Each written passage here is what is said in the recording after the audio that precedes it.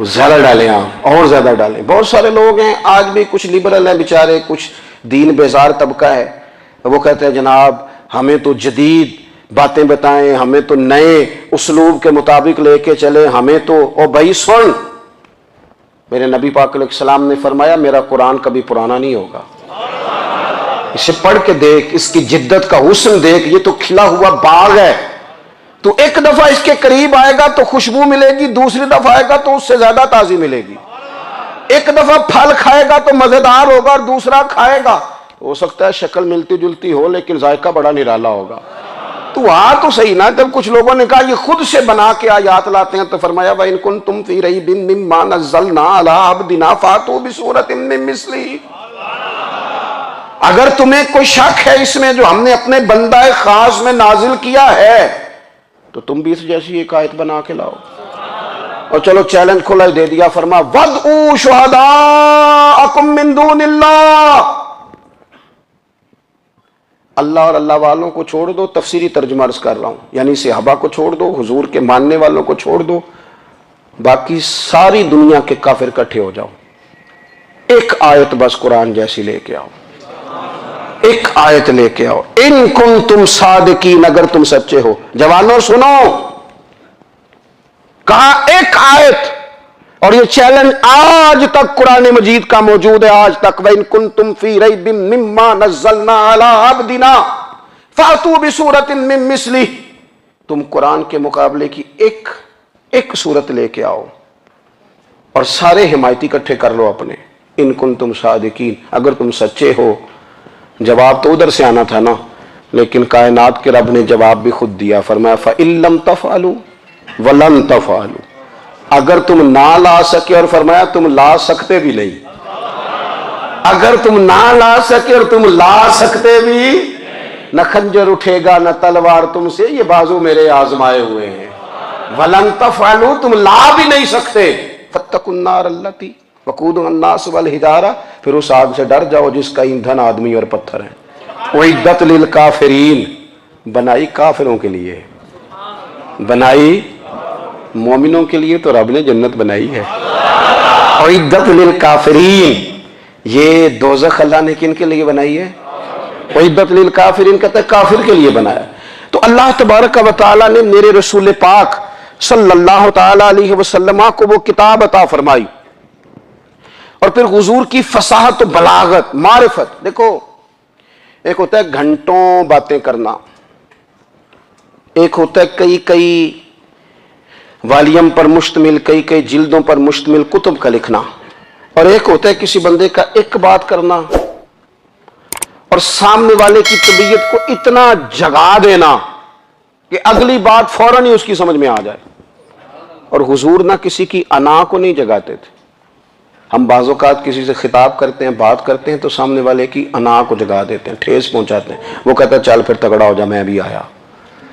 حضور انا نہیں جگاتے تھے، میرے نبی پاک ضمیر جگاتے تھے تاکہ وہ شخص فیض حاصل کر سکے، اسے کچھ ملے. نبی کریم کا جو انداز تکلم ہے وہ اس طرح کا ہوتا تھا کہ انسان خود بخود کھل اٹھتا تھا کہ مطلب یہ بات ہونے کیا لگی ہے، مطلب حضور کیا فرمانے لگے. نبی کریم صلی اللہ تعالی علیہ وسلم ایک دن محبوب کریم نے صحابہ کے بیچ حضور کی فصاحت و بلاغت دیکھے. فرمایا محبوب نے کتنا نادان ہے وہ شخص جو اپنے ماں باپ کو گالی دے.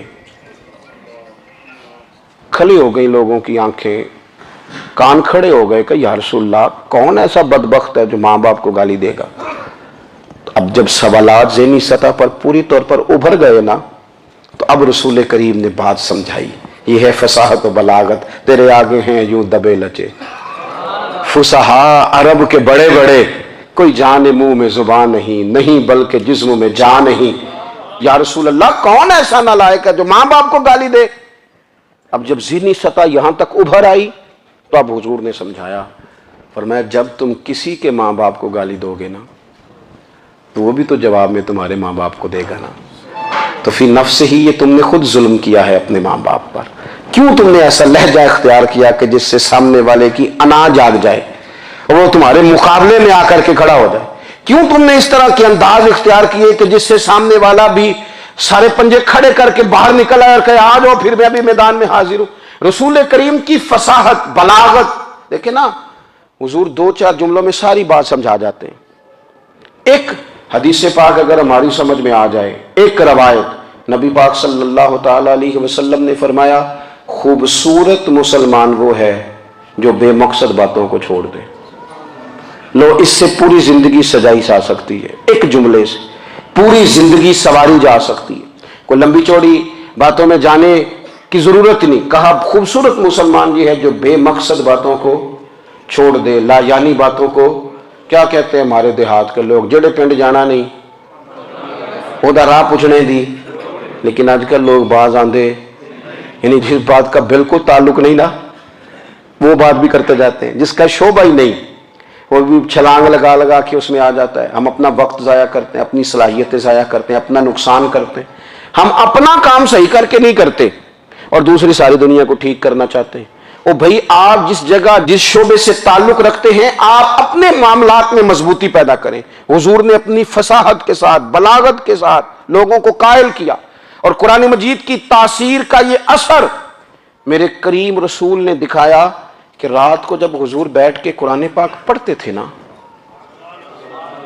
جب یاسین والے نبی خود یاسین کی تلاوت کریں, جب طٰہٰ والے محبوب خود طٰہٰ کی تلاوت کریں, غور کرو نا جب مدثر والے محبوب خود ان جملوں کو ادا کریں, یعنی جن کے بارے میں آیت آئی ہے جب وہی یہ آیت پڑھیں کہ انا اعطیناک الکوثر, یعنی جن کا ذکر ہو رہا ہے جب وہ یہ بات کریں کہ یا ایھا النبی انا ارسلناک شاہدا ومبشرا ونذیرا لتؤمنوا باللہ ورسولہ وتعزروہ وتوقروہ وتسبحوہ بکرۃ واصیلا, جن کے بارے میں آیت آئی ہے جب وہ یہ کہہ رہے ہوں کہ ورفعنا لک ذکرک, جب وہ کہہ رہے ہوں والضحیٰ واللیل اذا سجا, ذرا اس کیفیت کو دیکھیں جب محبوب خود پڑھ رہے ہوں, اور جو حضور پر آئی ہیں اس کا ذائقہ, اس کا لطف, اس کا انداز بھلا کیا ہوگا.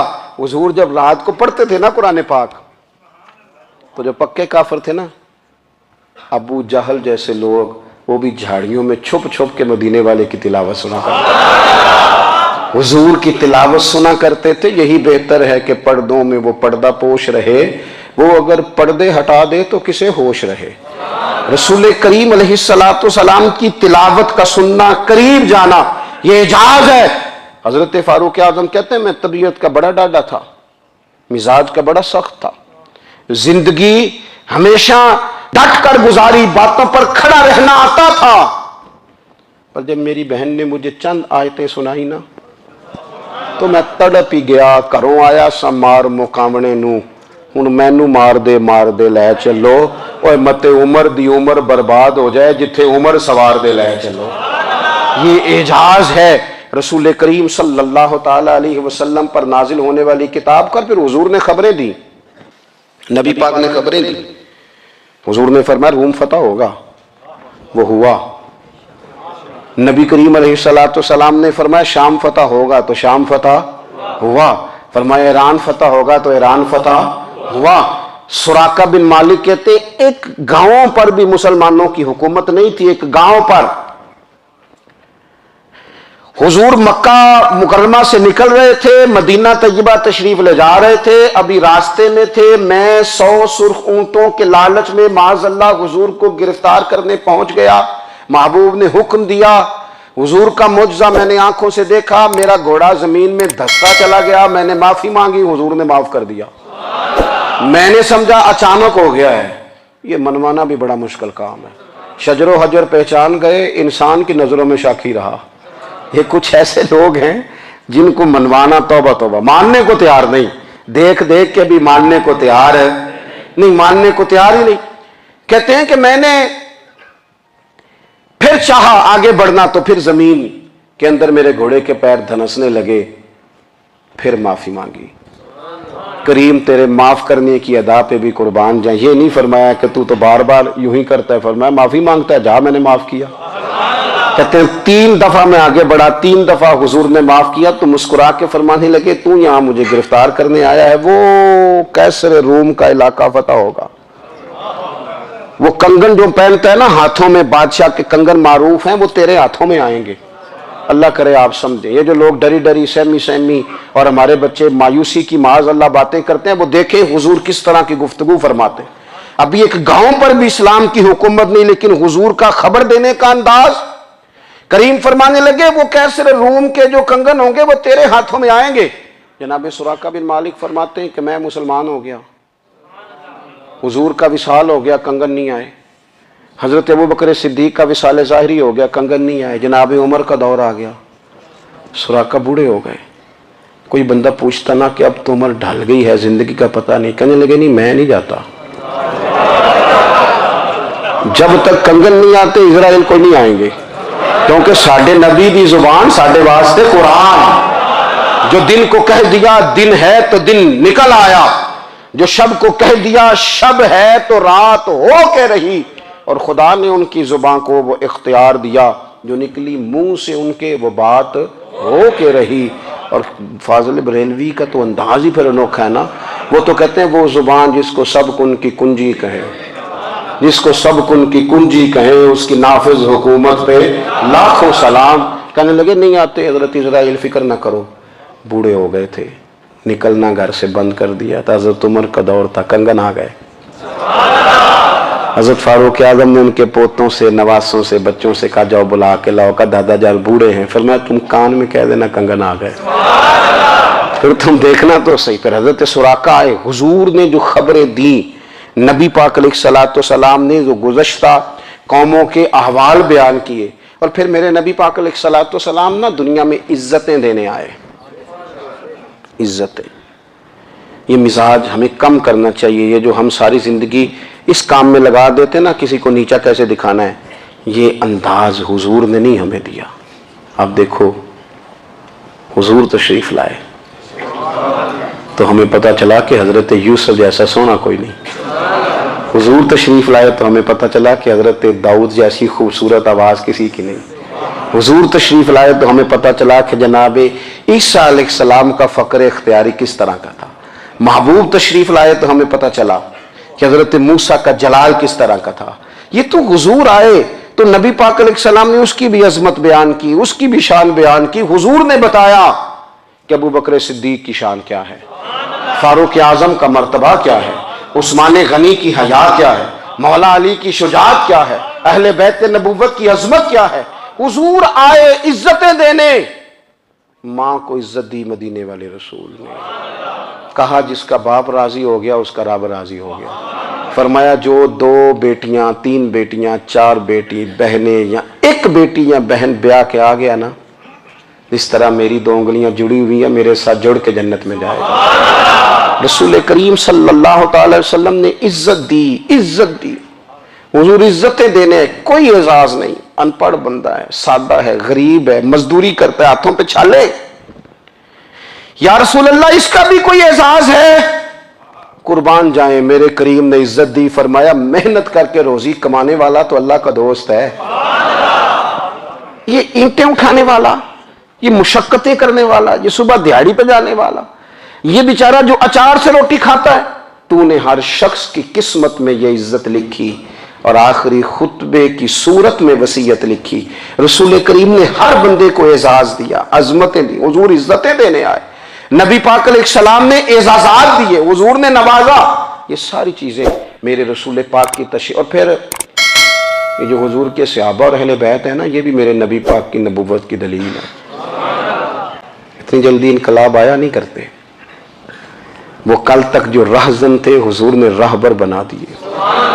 وہ لوگ جو کل تک ایک دوسرے کے گلے کاٹ کے کھاتے تھے، ایک دوسرے کو مارتے تھے، تکلیف پہنچاتے تھے، برادری ازم پہ لڑتے تھے، حضور نے بھائی بھائی بنا دیے.